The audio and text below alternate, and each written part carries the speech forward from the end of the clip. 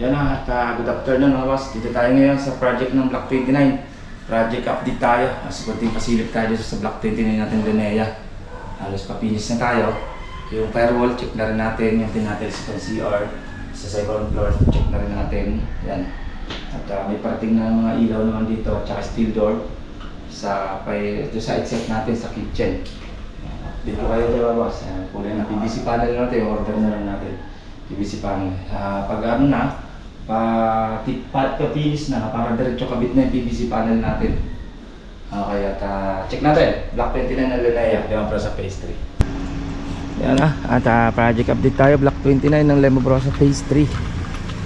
Okay na yung waterproofing natin dito. At ganito, pinatatapon na natin itong konting kalat natin. Okay na yung waterproofing natin dito sa firewall. Nabinyagan na. Umulan.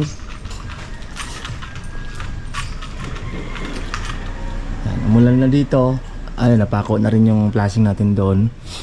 Okay na. Yan, sinagad na natin waterproofing doon. Yan. Ito naman ay dati naman yung firewall na yan.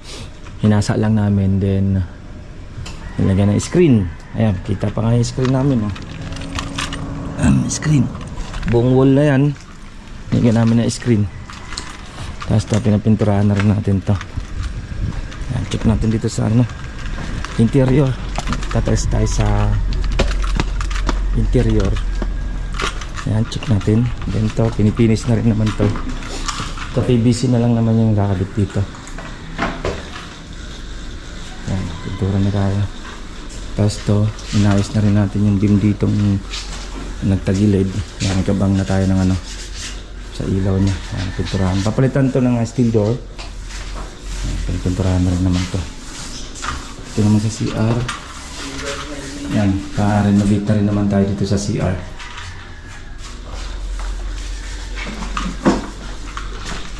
Okay, ayun, halos sa tiles na lang naman to flooring natin. Ito naman PVC to.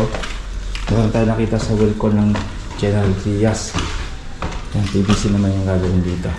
Kakabit natin. Ito naman, ito lang ang malaking nito eh. Problem tong wall na to. So problem to, itong buong wall na to. Ito dati na kasi itong CR. Yan, pinapansin nyo. Tagilid yung, hindi mo masyadong halata sa camera. Tagilid yung tiles. Dito yung tagilid. Buwa to. Hinihingi pala itong isang buong wall. Dito. Kung laki pa. Mga 5 cm ang hinihingi. Mahigit. Sabihin natin 5 cm. Dito naman, pinatibag na natin to. Kaya nahabol to. Napansin niya, laki ng likodin niya. Kasi dati ng CR yan. Ginawa na lang natin ng paraan. Yan. Tapos to na-tiles na. Ayun naman, sagad sana natin yung niche. Problema, yung poste, tinamaan. Hindi naman pwedeng bakbakan yung poste na yan. Kaya yan na, niche na. Yan. Tapos to, laki din ng tapal. Lagyan natin ng pako, lalagyan ng kawad. Kung papansin nyo, tagilid, pakaliwa.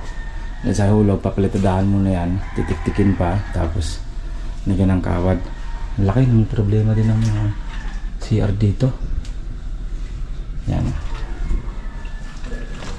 Yan. Tapos naman dito, may kulay na tayo.